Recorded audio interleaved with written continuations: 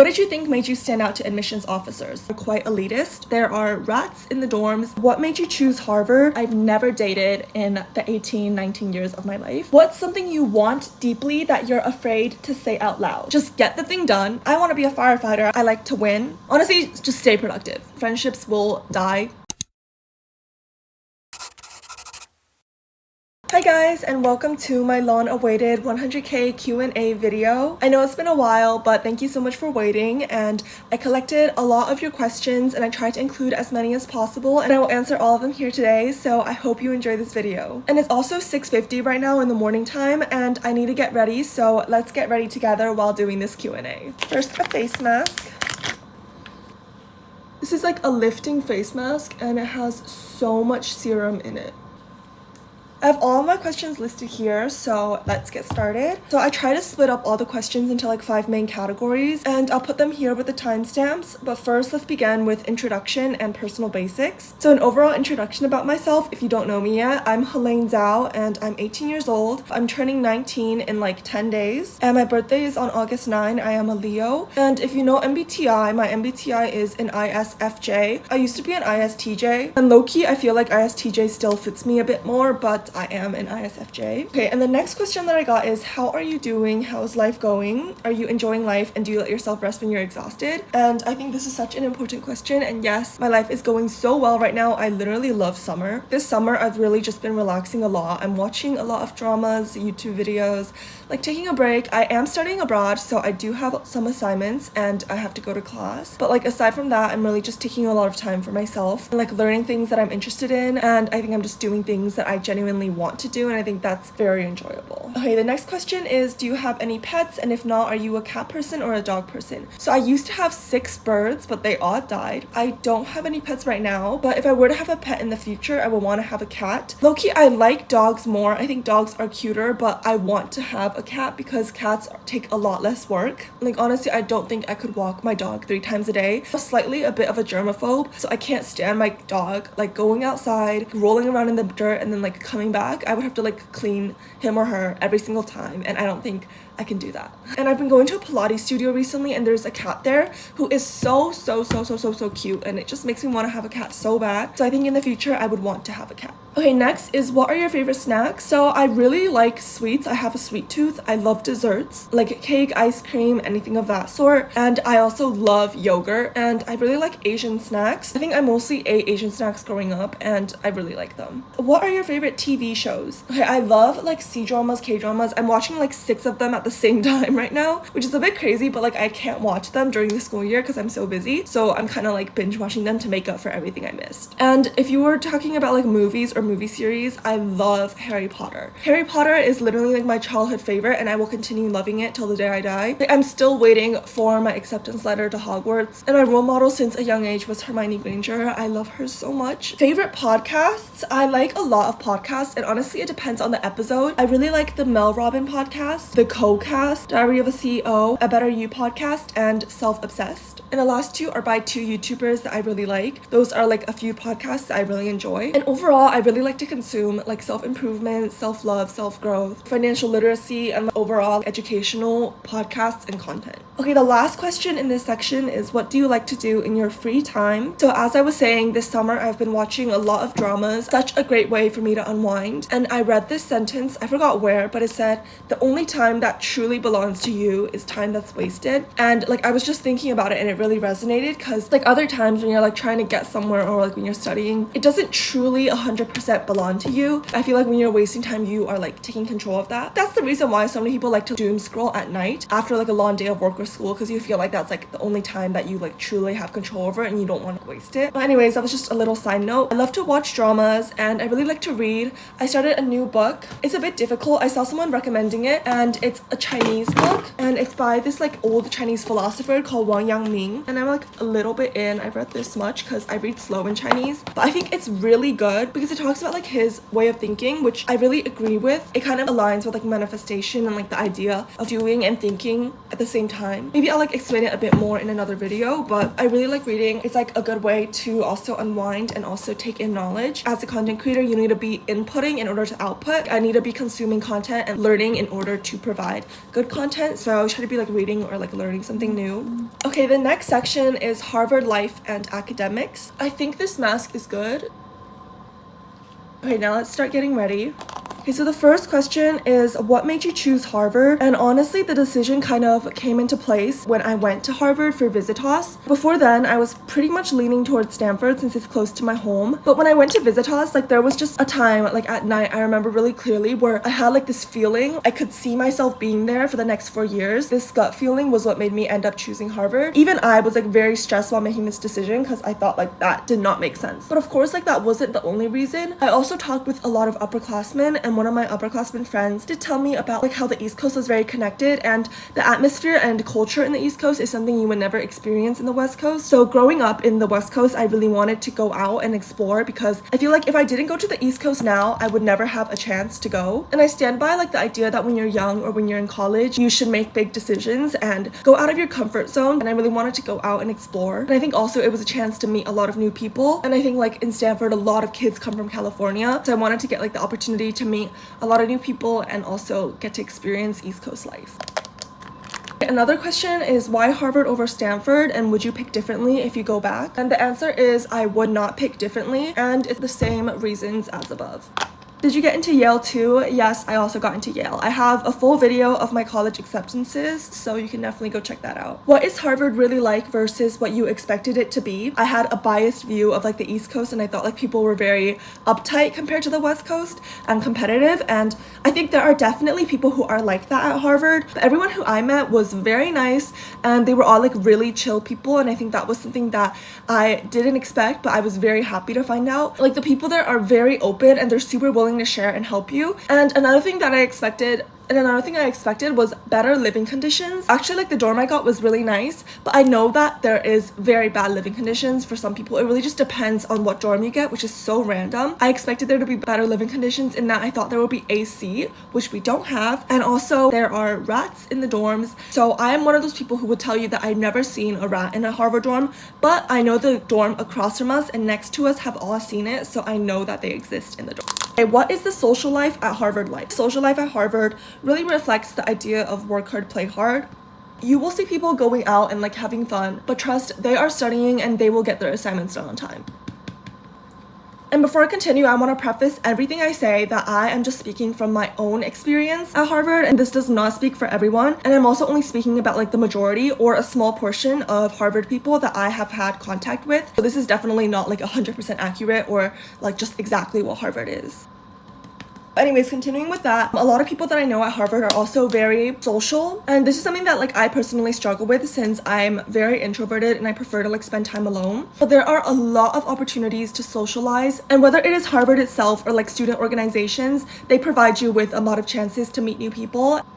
I will not deny the fact that there are some Harvard people and like groups that are quite elitist. I personally have not had many experiences with them, but there are people in Harvard that try hard to get to know people or climb the social ranks almost. Of course, once again, I'm just speaking from stuff I've heard or stuff I've seen, and this might not be true, but just take everything with a grain of salt.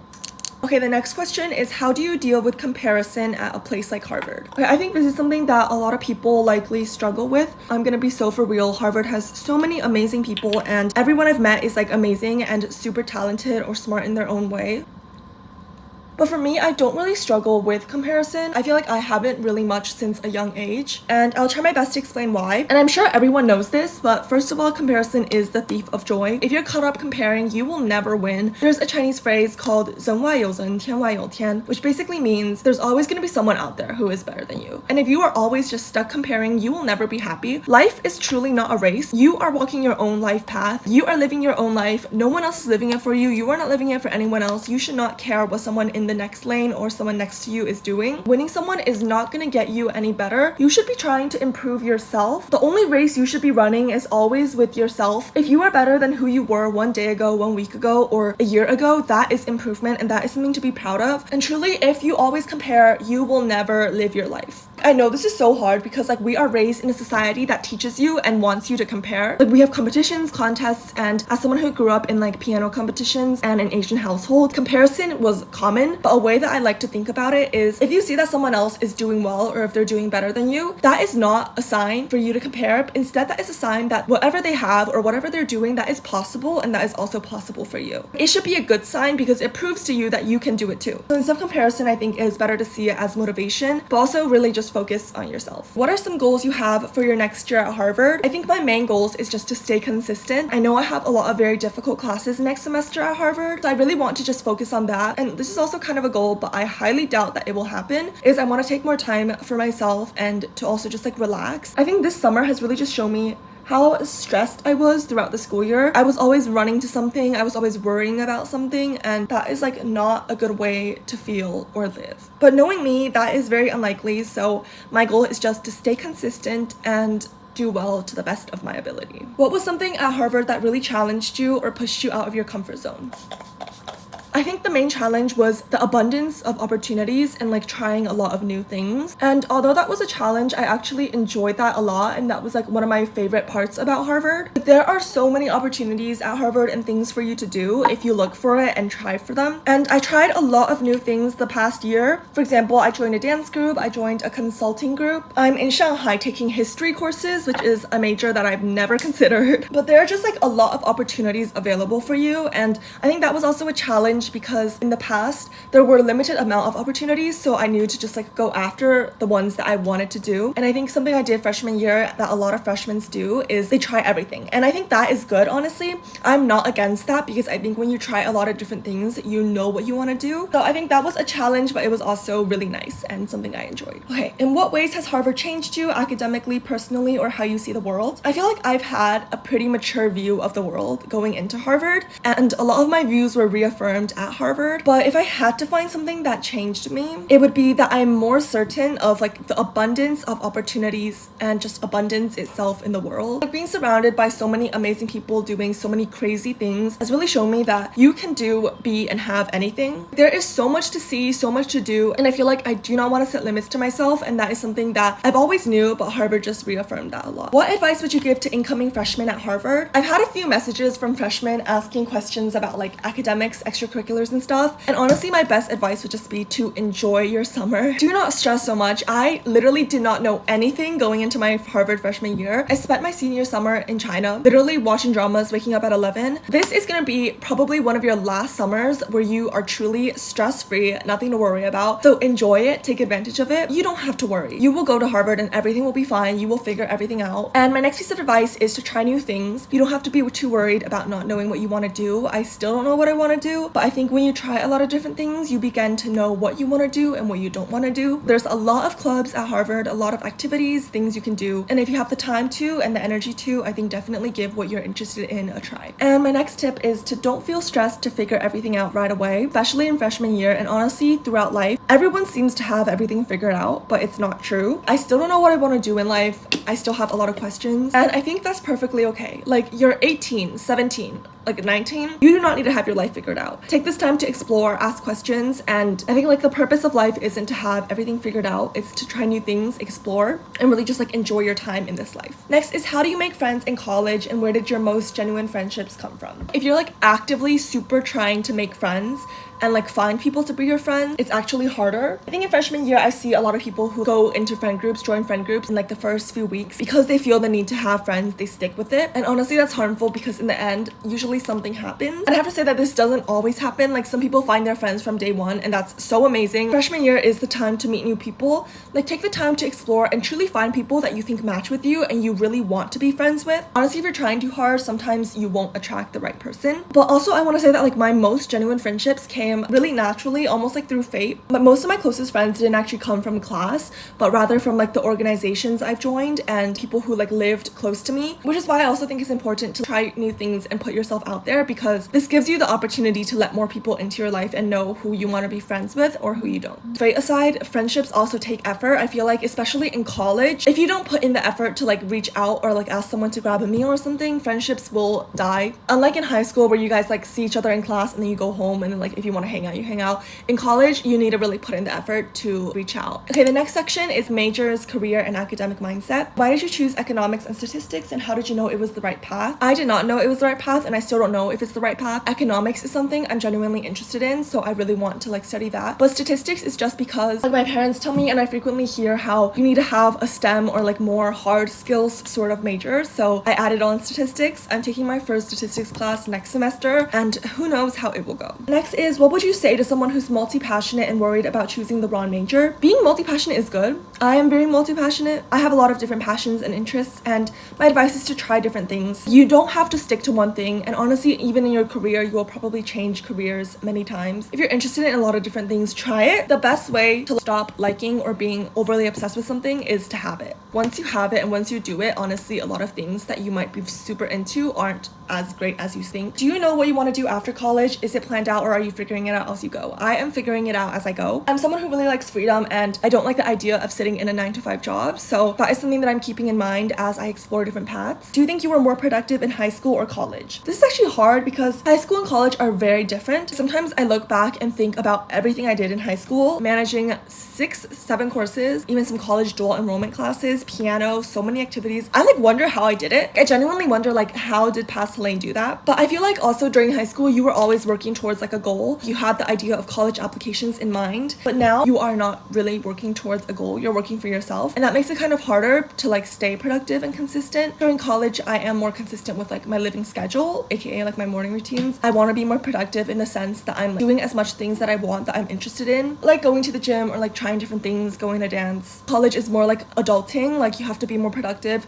in the sense of managing your own life and doing things in school but also outside of school. I don't know if that makes sense. Just very difficult. Honestly, just stay productive. Okay, were you always this disciplined growing up, or is this something you built later? I think I developed discipline from a very young age, though it like manifested itself in different ways throughout my life, because I started playing piano when I was 4, and I remember we had to practice a lot. Like my mom was quite strict with our piano practicing schedule, and my sister was violin. Like I remember one summer we were practicing 4 hours a day. It was a lot of practicing, and my grandma told me a story. She came from China to visit us one time, and my mom went outside to like run some errands, and it was just me, my sister, and my grandma at home, and my sister and I were practicing violin and piano. My grandma was like, come on, your mom isn't here, like let's go out and play. And then me and my sister were like, no, we can't, like we have to practice. We sat there for like an hour and finished practicing before going out and play, and I don't even think we went out and played. Practicing piano and building like this good habit of staying consistent and disciplined in something definitely helped build my productivity, discipline, and like commitment. But also, just because you weren't disciplined at a young age does not mean that you're stuck for life, and it is not an excuse to say why you're not disciplined now. Humans' minds have neuroplasticity, and you can change anything about you that you want. If you want to be more disciplined, start slow, maybe develop a habit and stay consistent with it for a week and then a month. And I think discipline can definitely be trained and developed, and I think overall I probably did have discipline from a young age, but it was also built through habits like piano. I wasn't born with it. What is a value that has stayed with you from childhood to now? I think one value that has stayed with me from childhood to now is my ambition. As a child, I was very ambitious. I liked to win. I did not like to lose. And I had a lot of goals and like dreams in my mind of like what I wanted to be in the future. And I think that is something that I still have now. And honestly, I think this is a very good trait to have, because as kids, we are always very ambitious. We have dreams. Like kids, you're like, I want to be a firefighter. I want to be a scientist. You don't set limits to yourself, but it is like societal pressures and like things that happen later on in your life gradually make you lose that spark. And I think it is so important to not let that spark go away. I think the belief that I can do and be anything is something that has really still carried on from a young age. Okay, if you had to choose, would it be to work on an assignment alone or in a group? This is such an easy question for me. Alone 100%. I heavily despise group projects. I really enjoy working alone. First, as like an introvert, I just love working alone, and also it is just so much more productive for me. Okay, so next moving on to the fourth section, which is college applications, entrepreneurship, and career. And I also want to quickly mention that for like the whole college application thing, I recently released an ultimate college application weapon guide on my Beacons AI page. It is kind of similar to the academic weapon guide if you've used it, but this one is focused on college applications, and I've spent like the whole summer writing this word for word, and I put everything I think is important in mastering college applications. And if you have no idea where to begin, hopefully this will help you give an idea of what you should do and how you should prepare and what colleges are looking for. And everything in the guide is what I used personally during my application season and how I applied and how I got into top colleges like Harvard, Stanford, MIT, and Yale. And if this is something that you think you need, definitely check it out in the description box down below. What summer activities did you think were most useful for college application? For me, my main selling points and what I worked most on was piano and some passion projects. You don't necessarily need prestigious summer camps or like internships to get into a good college. Yes, they can help, and yes, for many people they work, but like for me, for example, I really focused on stuff that I'm passionate about and interested in, and I think that was a lot of how I got into the colleges that I got into. Okay, what did you think made you stand out to admissions officers? College admissions is really holistic, so I think it was mostly my activities, but I'm sure that my essays, grades, academics also did help. Do you have any advice for staying mentally healthy during college app season? I know it's hard, and honestly I wasn't very successful at this myself because my mental health did take a dip during college application season and I was very stressed, but now looking back I see that everything will work out exactly as it should. I'm just gonna say this, but I did not do it myself and I know it's very hard, but don't stress too much. Like, college is very important, but it is such a small part of your life. Not everyone who goes to a good Ivy League is successful later on, and not everyone who goes to like a state school or a community college doesn't end up doing well in life. Literally everything depends on you, and now I really feel like college does not define who you are. Don't stress too much, it will all work out. You will go to the place that makes you happy and it will be perfect. What do you think are some key tips to becoming a successful author or entrepreneur? My number one tip is to get started. Literally 99% of people get stuck in that first step and they never get started because they think too much. Once you have that little bit of a thought, just take action. I think that is really what separates successful people from not so successful people. Next, how do you pay for school and fun expenses, especially doing school full-time without a traditional job? When it comes to finances, I started making money from a very young age, and I feel like I've always loved the process of making money. I think it's just so interesting and it's like a game. I probably earned my first $10,000 at around 13, 14. I made money from writing novels, teaching piano, starting a cookie business, and so much more. And I think I've always had a pretty good financial mindset from a young age. So I started saving money a lot, and I have had a lot of money saved since I started making money. But now most of my income source comes from social media. I do work with brands, and for example, YouTube also pays like through the Creator AdSense program, but I do save most of it because I feel like it gives me a peace of mind, and I honestly don't have a lot of things that I'm like, I really need to have that, so I'd rather just save my money for future uses. Final section is productivity, time management, and mindset. How do you motivate yourself to be more productive with studying? Motivation will never last. The key is discipline. You can be motivated to study after watching some inspirational TikTok videos for like 2 days, but after that, what do? You have to build the discipline of knowing that you need to get the work done, and then that will stick with you throughout. How do you manage your time between studying, clubs, content creation, and personal life? So I do have a video on my YouTube on how to be productive, and I think that would be very helpful. But in terms of like time management, focus is so important. Like when you're doing one thing, truly focus on it because you will get it done so much faster. And also like in time management, like same thing, don't overthink, just get started. The hardest step is always the first step. Once you get the ball moving, it's so much easier. And like whenever I'm stressed or don't want to work on something like filming this video or doing some assignment, give myself 5 seconds and then just get started. How do you deal with slumps or stay disciplined when you don't feel like doing anything? If you are in a slump for a long period of time and you don't feel like doing anything, that is your sign that you need a break. Let yourself take that break. As humans, we are very contradictory. The worst feeling is when you're in a slump, you want to rest, but another part of you knows that you should be getting things done. So either just get the thing done or just let yourself fully rest without thinking about it. It's actually more tiring for you to be like slumping there and being like, oh my god, I have to do this, and that, but you're just sitting there. Then instead, if you just went to get it done, like wouldn't you feel so much better? Or if you just like fully just like lay down and let yourself rest for like a day,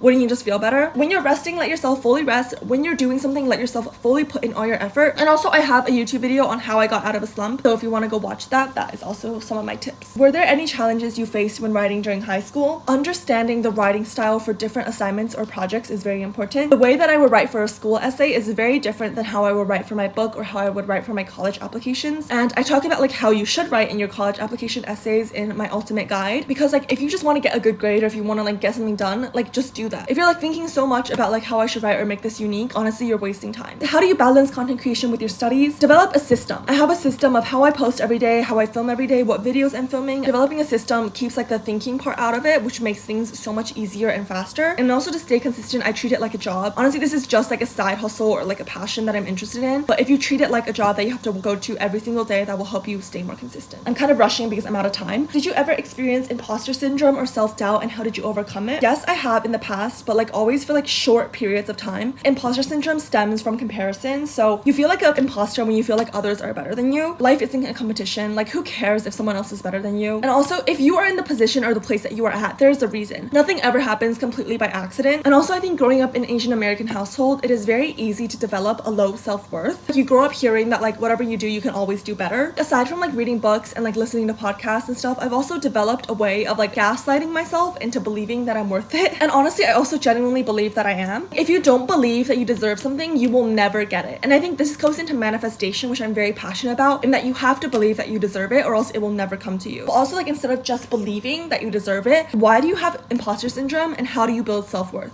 If you have no skill, no ability, but a lot of self-confidence, then that is just arrogance and embarrassing. The key to building self-confidence is to take steps every day and stay disciplined in improving yourself. If you have nothing to be confident about, obviously you have imposter syndrome. Like, take small steps like reading a book or getting up early to exercise and really improve and work on yourself. And by building that trust in yourself that you can do what you are committed to, that is how you build self-confidence. Okay, I really have to get going since I have to run to the field trip and I'm running late. So I still have a few questions left, so I guess I will be filming them when I come back at night. It is 4 p.m. I'm finally back from the field trip and I have my boba as fuel, so let's keep going. So the next question that I have here is, what's something you pretend not to care about but secretly do? I don't necessarily pretend not to care about it, I just don't talk a lot about it in my videos. It's the sense that I have everything figured out, because I don't. Like, my days are very productive and it seems like I'm always like working on something, but I don't actually know what I want to do in my life. I don't know what my future career will be and I'm still struggling to figure it out, and I'm also working internally to settle with that and also know that I'm on the best path for me. I've been having more time. It means I have more time to sit with my thoughts, and I've really been considering like the question, what is the purpose of life? And I know it is such a big question, and honestly thinking about it is low-key a waste of time because no one will ever know and there is no right answer. But it's because I recently finished reading a book called Tuesdays with Maury, and it is such a good book. I highly recommend. It's a really short book, but it was so sad and also enlightening. Like, it made me cry so much at the end. And the person that the book is writing about, Maury, like, he just has such a clear view of life. He talks about how in life we are always chasing after the next goal or the next accomplishment, and as a high achieving student and person, I really resonate with that. I feel like by doing that, you're not really living, because you're not truly living in the moment. You're always looking for what's coming next. Like, I really want to encapsulate the idea of living more in the moment and just enjoying life more, but it is so hard, and I'm still like wondering, like, what do I really want? So that is something that I'm struggling with and thinking about. And if you have any ideas or thoughts on this whole question and idea, definitely let me know in the comments. Like, I'm so curious what other people think. Next question, what's something you want deeply that you're afraid to say out loud? I mean, if I'm afraid to say it out loud, why would I say it here? Kidding, but I think overall, I am someone who isn't afraid to show when I want something, in that if I want something, I'll go after it because at least I'll know that I've tried. And I feel like if you really, really want something and you're not taking any steps towards it, then do you actually want it enough? I'm someone who believes in not saying out loud what your goals are while you're working towards it. It is psychologically proven that when you say it out loud, you have like the feeling of as if you've already accomplished it and the adrenaline and dopamine boost, but the thing is you haven't accomplished it yet. So I'd rather work towards it and accomplish it and then tell people about it. And if it didn't work out, then you learn something from it and you move on. I am a supporter of moving and working towards your goals in silence, but I wouldn't say I'm afraid of ever sharing things out loud or sharing when I want something. Like, if I want it, I will go after it, and it isn't really a secret. Okay, next question, how did you become so confident at a young age? Okay, so as we talked about earlier, confidence comes from action and keeping promises to yourself. Self-confidence is literally self-belief, which is believing in yourself. So if you don't keep the promises to yourself, how can you be confident? Let me just give you an example. Let's say I say that I'm gonna wake up tomorrow at 7 a.m. and go work out, and then I wake up at like my alarm time at 7 a.m. and I'm like, I don't want to work out, so I'm just gonna snooze my alarm and go back to bed. Then the next time you say that, you're gonna be like, oh, I'll wake up at 7 a.m. But you know internally that you won't, and you can just easily ditch on yourself. And this is what slowly breaks your confidence, because you can't trust in yourself anymore. The idea of fake it till you make it is true to a certain extent, but it's not gonna internally build your self-confidence and self-worth. Self-confidence internally comes from keeping promises to yourself and going after your goals and improving yourself and knowing that you actually worth it and you can get anywhere that you want. In the short run, if you want people to view you as confident, yes, you can fake it. Focus on like your posture, how you talk, how you move around. But in the long run, if you want to truly build confidence, it takes time and working on yourself and like keeping promises and being disciplined. For vlogging in public, has anything awkward ever happened? And if you're comfortable, can you share? I feel like now I'm pretty comfortable with vlogging in public. In the beginning, it was definitely very awkward. I remember when I was first starting social media, which was over a year ago. But like now, I don't really care, and it's because your life does not have that much of an audience. No one is watching you and no one actually cares about what you are doing. And if they are, that says more about them and their life than it does about you. I remember in high school when I first started making content, and then one of my videos blew up. I think it was my MIT acceptance box video, and I was opening that, and that like got a lot of views. And then the people in my school found out. They would talk about it a lot, and honestly it wasn't that bad, and they might not even have had bad intentions, but they were talking about it, and a few very interesting people decided to play my videos in class as well. It was slightly embarrassing at the time, but that did not stop me because first of all, I have a very clear vision of my goals and where I want to go, and no one can stop me. And if I know I'm not doing anything wrong or hurtful to others, then other people's opinion won't stop me from going after what I want. And yes, it was awkward, but it was something that I truly enjoyed. And I saw a quote that said, "The cost of success is embarrassment," and I think that is so true. In the beginning, you will be embarrassed and people will laugh at you, talk about you, but that is the road to success. Everyone experiences it. If you don't try and take that first step, you will never be successful. You will never get where you want. Everyone needs to start from somewhere. If you want to film, like treat it like a job, post every day as if you were famous already. In the very beginning, I was posting 2 to 3 times a day. Don't be embarrassed. If this is something that you truly want, no one should stop you, and it is your life in the end, so do what you want and be proud of it. Ooh, this is an interesting question. What is something that would make you fall in love with someone? Okay, there is definitely more than just something. There are a lot of things. I'm guessing that this is talking about a romantic relationship. In terms of like romantic relationships, I don't think I've ever truly fallen in love with anyone yet. When it comes to a romantic relationship, I have very high standards and I do not want to settle. I am okay with being single for life and living alone for life just because I am so happy with my life right now, and I really enjoy spending time alone, and I don't think I need a romantic partner in order to fulfill my life or make my life whole. I think I'm very happy, and if my partner isn't going to add to my life or make my life significantly better, then I'd rather just stay alone. And honestly, I am not looking for a relationship right now just because I am so busy, especially during school and with content creation and everything, and I don't think I can dedicate the time and energy to maintaining a relationship. And another very important part of that is I just have not met a person who I like enough to start a relationship with, and this kind of gets into my standards or what would make me fall in love with someone. There are a lot of people out there who I admire, and someone that I love, I think definitely has to be someone who has amazing qualities that I admire and respect. That means that this person has to be very intelligent, very tall, a very good person at heart, someone who is very ambitious and also takes action and has taken steps towards their goals. And on a more shallower side, of course, someone who is good looking. And also I think I would love someone who is very disciplined, and it's very important that they are respectful to women, and also someone who is very emotionally stable. And I also want someone who is very generous and not stingy. I'm someone who loves to treat myself, and I want a life and I provide a life with myself full with surprises and great things, and I don't want a relationship that won't live up to a standard that I set for myself. And also when it comes to generosity, I donate to charity organizations and on a monthly basis, so